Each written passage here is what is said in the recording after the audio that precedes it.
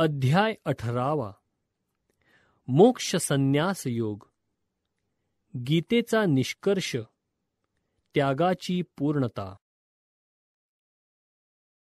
अर्जुन म्हणाला, हे महाबाहो ऋषिकेश, हे केशी निसूदन, मला त्याग आणि संन्यासाचे तत्व जाणण्याची इच्छा आहे. श्री भगवान म्हणाले, भौतिक इच्छांवर आधारलेल्या कर्मांच्या त्यागाला विद्वजन संन्यास असे म्हणतात आणि सर्व कार्यांच्या फलाचा त्याग करण्याला बुद्धिमान लोक त्याग असे म्हणतात. काही विद्वजन घोषित करतात की सर्व प्रकारच्या सकाम कर्मांना दोषपूर्ण समजून त्यागले पाहिजे, परंतु इतर विचारवंतांचे असे म्हणणे आहे की यज्ञ, दान, तप अशा कर्मांचा कधीही त्याग करू नये. हे भरत श्रेष्ठ, आता त्यागाबद्दलचा माझा निर्णय ऐक. हे नरशार्दूल, शास्त्रामध्ये 3 प्रकारच्या त्यागांचे वर्णन केलेले आहे. यज्ञ, दान, तप या स्वरूपाच्या कर्मांचा त्याग करू नये. ती कर्मे केलीच पाहिजेत. यज्ञ, दान आणि तप ही तर महात्म्यांना देखील पवित्र करतात. ही सर्व कर्मे कोणत्याही प्रकारची आसक्ती किंवा फलाच्या अपेक्षेविना केली पाहिजेत. हे पार्थ, ही कर्मे कर्तव्य बुद्धीने केली पाहिजेत. हे माझे अंतिम मत आहे. नियत कर्मांचा त्याग कधीही करू नये. मोहवश होऊन जर मनुष्याने आपल्या नियत कर्मांचा त्याग केला तर त्या त्यागाला तामसिक त्याग असे म्हटले जाते. जो मनुष्य नियत कर्मांना कष्टप्रद समजून किंवा ते शरीराला क्लेश देतील या भीतीने त्यांचा त्याग करतो, त्याच्याबद्दल असे म्हटले जाते की त्याने रजोगुणात त्याग केला आहे. असे कार्य कधीही त्यागाच्या उन्नतीच्या दिशेने नेत नसते. हे अर्जुन, ज्यावेळी मनुष्य नियत कर्म करायलाच हवे म्हणून करतो आणि सर्व प्रकारची भौतिक संगत आणि फलाची आसक्ती सोडून देतो, त्यावेळी त्याचा त्याग सात्विक समजला जातो. सत्वगुणात स्थित असलेला बुद्धिमान त्यागी अशुभ कर्मांचा द्वेष करीत नाही अथवा शुभ कर्मात आसक्त राहत नाही. अशा बुद्धिमान त्यागी मनुष्याला कर्माविषयी काहीच संशय नसतात. देहधारी जीवांना सर्व कर्मांचा त्याग करणे खरोखर शक्य नाही, परंतु जो कर्मफलाचा त्याग करतो तोच खरा त्यागी होय.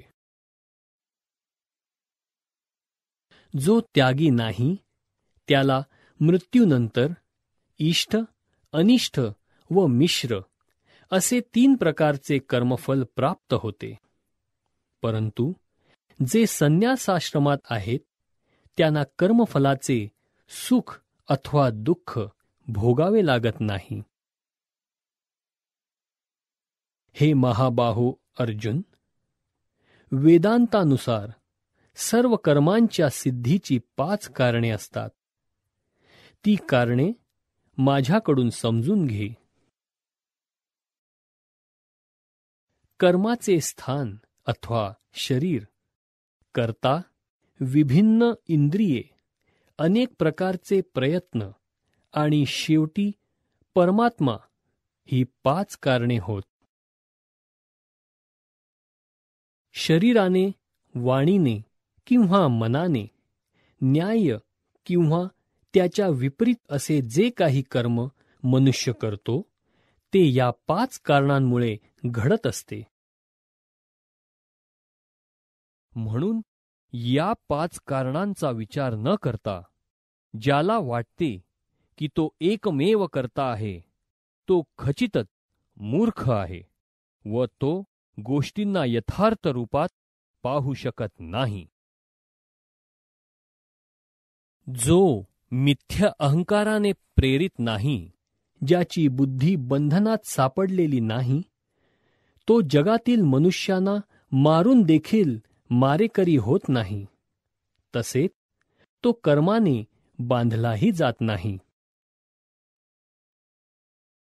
ज्ञान, ज्ञेय आणि ज्ञाता ही 3 कर्माला प्रेरणा देणारी कारणे होत. इंद्रिये, कर्म आणि कर्ता हे 3 कर्माचे घटक आहेत. प्रकृतीच्या 3 गुणांना अनुसरून ज्ञान, कर्म आणि कर्ता यांचे 3 प्रकार आहेत.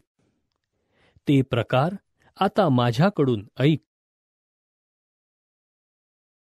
ज्या ज्ञानामुळे अनंत रूपात विभाजित असलेल्या सर्व जीवांमध्ये एकच अविभक्त आध्यात्मिक स्वभाव दिसून येतो, त्या ज्ञानाला तू सात्विक समज. ज्या ज्ञानामुळे एखादा मनुष्य विभिन्न शरीरात भिन्न भिन्न प्रकारचा जीव पाहतो, ते ज्ञान राजस होय असे जाण. आणि ते ज्ञान ज्यामुळे मनुष्य एकाच प्रकारच्या कार्याला सर्वस्व समजून आसक्त होतो, त्याला सत्याचे ज्ञान राहत नाही व जे अतिशय अल्प असते त्या ज्ञानाला तमोगुणी ज्ञान म्हणतात. जे कर्म नेमलेले आहे व आसक्तीशिवाय केले जाते, जे राग द्वेष न ठेवता आणि फलप्राप्तीच्या इच्छेविना केले जाते, त्या कर्माला सात्विक कर्म म्हणतात. परंतु फलाशेची इच्छा धरणाऱ्या मनुष्याकडून मोठ्या प्रयासाने जे कर्म केले जाते व जे मिथ्या अहंकार युक्त बुद्धीने केले जाते, ते रजोगुणी कर्म होय. जे कर्म मोहाने शास्त्रीय आदेशांची अवहेलना करून व भावी बंधनाची पर्वा न करता किंवा हिंसा अथवा दुसऱ्यांना क्लेश देण्याकरिता केले जाते, त्या कर्माला तामसिक कर्म म्हणतात. जो मनुष्य प्राकृतिक गुणांचा संग न करता मिथ्या अहंकाराविना निश्चयाने आणि उत्साहाने यशापयशामुळे विचलित न होता आपले कर्म करतो, त्याला सात्विक कर्ता असे म्हटले जाते. जो कर्ता कर्म आणि कर्मफलांप्रती आसक्त होऊन फळांना भोगू इच्छितो आणि जो लोभी, ईर्ष्याळू, अपवित्र व सुखदुःखामुळे विचलित होणारा असतो, त्याला रजोगुणी कर्ता म्हटले जाते. जो कर्ता नेहमी शास्त्रविरुद्ध कर्म करतो, जो भौतिकवादी, हट्टी, कपटी, दुसऱ्यांचा अपमान करण्यात तरबेज असतो व जो आळशी, सदैव खिन्न आणि काम करताना चालढकल करणारा असतो, त्याला तमोगुणी कर्ता असे म्हटले जाते. हे धनंजय, प्रकृतीच्या 3 गुणानुसार होणारे बुद्धी आणि निश्चय यांचे निरनिराळ्या प्रकारचे भेद आता मी तुला तपशीलवार सांगतो, ते ऐक. हे पार्थ, ज्या बुद्धीद्वारे मनुष्य प्रवृत्ती आणि निवृत्ती, कार्य आणि अकार्य, भय आणि निर्भय, बंधन आणि मोक्ष यांना जाणतो, ती सात्विक बुद्धी होय. हे पार्थ, जी बुद्धी धर्म आणि अधर्म, कार्य आणि अकार्य यामधील भेद जाणू शकत नाही, ती राजसिक बुद्धी होय. भ्रम आणि अंधकाराच्या प्रभावामुळे जी बुद्धी धर्माला अधर्म व अधर्माला धर्म समजते आणि सदैव विपरीत मार्गाने कार्य करते, ती बुद्धी म्हणजे तामसिक बुद्धी होय. हे पार्थ, जो निश्चय अचल आहे, जो योगाभ्यासाद्वारे खंबीरपणे धारण केलेला आहे आणि अशा रीतीने जो मन, प्राण आणि इंद्रियांच्या क्रियांना संयमित करतो, तो निश्चय म्हणजे सात्विक निश्चय होय. परंतु हे अर्जुन, ज्या निर्धाराने मनुष्य धर्म, अर्थ आणि काम यांच्या फळांना आसक्त असतो, तो निश्चय राजसिक होय. हे पार्थ, जी धृती, स्वप्न, भय, शोक, विषाद आणि मोहाच्या पलीकडे जाऊ शकत नाही, ती दुर्बुद्धीपूर्ण धृती म्हणजेच तामसिक धृती होय. हे भरतश्रेष्ठा, बद्ध जीव ज्या 3 प्रकारच्या सुखाचा भोग घेतो आणि ज्यामुळे त्याच्या दुःखांचा अंत होतो, ते 3 प्रकारचे सुख आता माझ्याकडून ऐक. जे आरंभी विषासमान प्रतीत होते, परंतु शेवटी अमृततुल्य असते आणि जे मनुष्याच्या ठिकाणी स्वरूप साक्षात्काराची जागृती करते, त्या सुखाला सात्विक सुख म्हटले आहे. इंद्रियांचा विषयांशी संयोग झाल्याने प्राप्त होणारे सुख, जे प्रारंभी अमृतासारखे भासते, परंतु शेवटी जे विषाप्रमाणे असते, त्या सुखाला राजसिक सुख म्हटले जाते.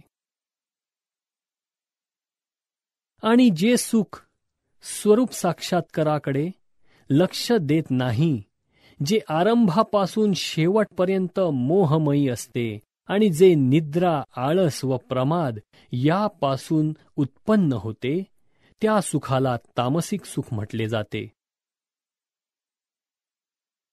या पृथ्वीवर अथवा उच्चतर ग्रहलोकातील देवदेवतांमध्ये असा कोणीही प्राणी नाही, जो या प्रकृतीच्या 3 गुणापासून मुक्त आहे.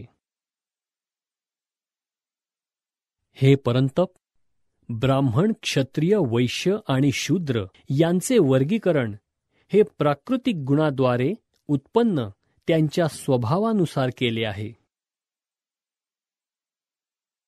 शांती, आत्मसंयम, तपस्या, पवित्र्य, सहनशीलता, प्रामाणिकपणा, ज्ञान, बुद्धिमत्ता आणि धार्मिकता या स्वाभाविक गुणांनुसार ब्राह्मण कर्म करतात. शौर्य, तेज, निर्धार, दक्षता, युद्धामध्ये धैर्य, औदार्य आणि नेतृत्व या स्वाभाविक गुणानुसार क्षत्रिय कर्म करतात. कृषी, गोरक्षा आणि व्यापार हे वैश्यांचे स्वभावजन्य कर्म आहे आणि श्रम व इतरांची सेवा करणे हे शूद्रांचे कर्म आहे. आपापल्या कर्माच्या गुणांचे पालन करून प्रत्येक मनुष्य सिद्धी प्राप्त करू शकतो. हे कसे शक्य होते, याविषयी आता माझ्याकडून ऐक. सर्व जीवांचा उद्गम आणि सर्वव्यापी असणाऱ्या भगवंतांची पूजा करून मनुष्य आपल्या स्वकर्माद्वारे सिद्धी प्राप्त करू शकतो. मनुष्याने आपल्याला प्राप्त झालेले कर्म सदोष रीतीने करणे हे परक्याचे कर्म स्वीकारून ते पूर्ण रीतीने करण्यापेक्षा अधिक श्रेयस्कर आहे. मनुष्याला त्याच्या स्वभावाला अनुसरून सांगण्यात आलेले कर्म हे कधीच पापाने प्रभावित होत नाही. ज्याप्रमाणे धुराने अग्नी आवृत्त झालेला असतो, त्याप्रमाणे सर्व प्रयत्न कोणत्या ना कोणत्या दोषाने व्यापलेले असतात. म्हणून हे कौंतेया, मनुष्याने आपल्या स्वभावापासून उत्पन्न झालेले कर्म जरी दोषयुक्त असले तरी त्या कर्माचा त्याग करू नये. जो आत्मसंयमी अनासक्त आहे आणि जो सर्व प्राकृत भोगांना तुच्छ लेखतो, तो संन्यासाद्वारे कर्मबंधनातून मुक्तता देणारी परमोच्च परिपूर्ण अवस्था प्राप्त करतो. हे कौंतेया, ज्या मनुष्याने या सिद्धीची प्राप्ती केली आहे, तो सर्वोच्च ज्ञानाची परमसिद्धावस्था अर्थात ब्रह्मावस्था कशा पद्धतीने प्राप्त करू शकतो ते माझ्याकडून जाण. याचे आता मी तुला संक्षेपाने वर्णन करून सांगतो. आपल्या बुद्धीद्वारे पूर्णपणे शुद्ध होऊन आणि निश्चयाने मनोनिग्रह करून इंद्रिय तृप्तीच्या विषयांचा त्याग करून आसक्ती आणि द्वेष यातून मुक्त होऊन जो एकांतस्थळी राहतो, जो मिताहार करतो, आपली काया वाचा आणि मन संयमित करतो, जो सदैव समाधिस्थ आणि अनासक्त असतो, जो मिथ्या अहंकार, मिथ्या बल, गर्व, काम, क्रोध आणि भौतिक गोष्टींचा स्वीकार इत्यादी गोष्टींपासून मुक्त असतो, ममत्वरहित आणि शांत असतो, तो मनुष्य आत्मसाक्षात्काराच्या स्तराप्रत निश्चितच प्रगत होतो. याप्रमाणे ब्रह्मभूत अवस्था प्राप्त झालेल्या मनुष्याला तात्काळ परब्रह्माचा साक्षात्कार होतो आणि तो पूर्णपणे आनंदी होतो. तो कधीही शोक करीत नाही आणि कशाची आकांक्षाही करीत नाही. तो सर्व प्राणीमात्रांच्या ठिकाणी समभाव ठेवतो. अशा अवस्थेमध्ये त्याला माझ्या विशुद्ध भक्तीची प्राप्ती होते. मनुष्य मला माझ्या पुरुषोत्तम भगवान या यथार्थ स्वरूपात केवळ भक्तीद्वारेच जाणू शकतो. अशा भक्तीद्वारे मनुष्य जेव्हा माझ्या भावनेने पूर्णपणे युक्त होतो, तेव्हा तो भगवत धामात प्रवेश करू शकतो. माझा शुद्ध भक्त जरी सर्व प्रकारची कर्मे करीत असला तरी माझ्या आश्रयाखाली माझ्या कृपेने त्याला शाश्वत आणि अविनाशी धामाची प्राप्ती होते. सर्व कर्मांमध्ये माझाच आश्रय घे आणि सदैव माझ्या संरक्षणाखाली कर्म कर. अशा भक्तियोगामध्ये पूर्णतया माझ्या भावनेने युक्त हो. जर तू माझ्या भावनेने युक्त झालास तर माझ्या कृपेने तू बद्ध जीवनातील सर्व संकटे पार करशील. तथापि जर तू अशा भावनेमध्ये कर्म न करता व अहंकाराने माझे न ऐकता कर्म केलेस तर नाश पावशील. जर तू माझ्या निर्देशानुसार कर्म केले नाहीस व युद्ध केले नाहीस तर तू मार्गभ्रष्ट होशील. तुझा स्वभावच तुला युद्धात भाग घेण्यास प्रवृत्त करील. मोहवश होऊन माझ्या आज्ञेनुसार कर्म करण्याचे आता तू नाकारित आहेस. परंतु हे कौंतेया, तुझ्या स्वभावजन्य कर्मामुळे तू तेच कार्य करशील. हे अर्जुन, परमेश्वर प्रत्येक जीवाच्या हृदयात स्थित आहे आणि तो सर्व जीवांचे भ्रमण निर्देशित करीत आहे. हे सर्व जीव मायेने बनविलेल्या यंत्रावर आरूढ आहेत. हे भारता, पूर्णपणे त्याला शरण जा. त्याच्या कृपेने तुला दिव्य शांती आणि सनातन परमधामाची प्राप्ती होईल. याप्रमाणे मी तुला अत्याधिक गुह्य ज्ञान सांगितलेले आहे. याचा पूर्ण विचार कर आणि तुझ्या इच्छेस जे येईल ते कर.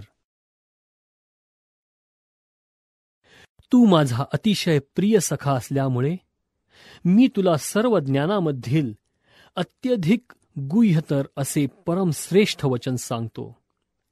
हे तुझ्या हितार्थ आहे, म्हणून ते माझ्याकडून ऐक. सदैव माझे चिंतन कर, माझा भक्त हो, माझे पूजन कर आणि मलाच नमस्कार कर. याप्रमाणे निश्चितपणे तू मला प्राप्त होशील.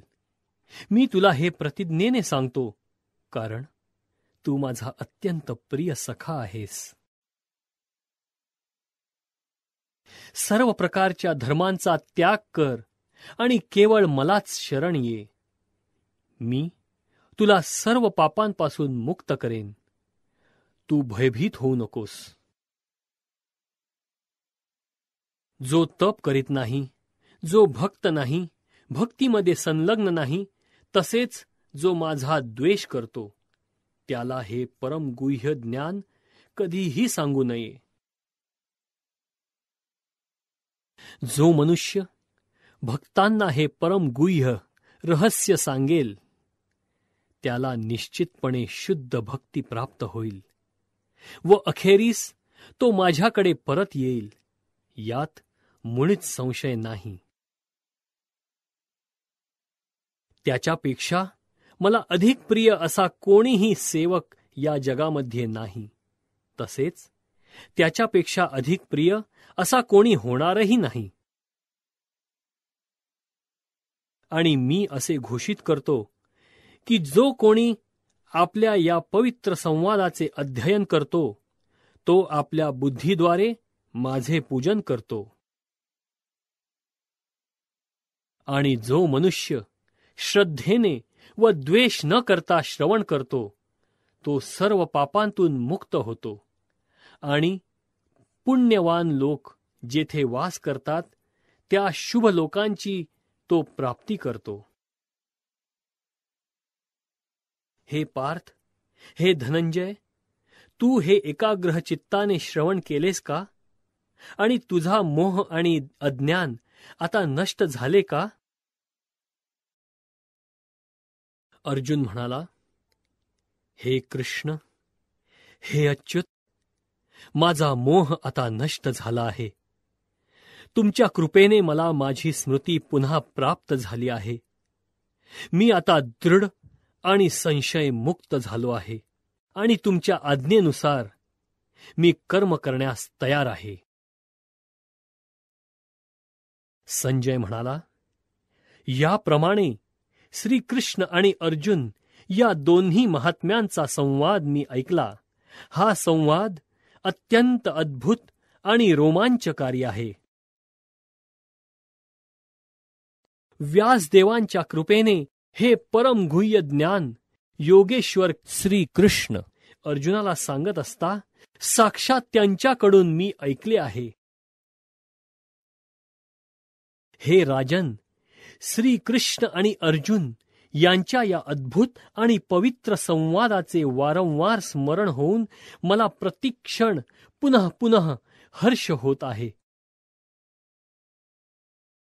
हे राजन, भगवान श्रीकृष्णांचे अद्भुत रूप स्मरण केल्याने मी अधिकाधिक विस्मयकारी होत आहे आणि मला पुन्हा पुन्हा हर्ष होत आहे.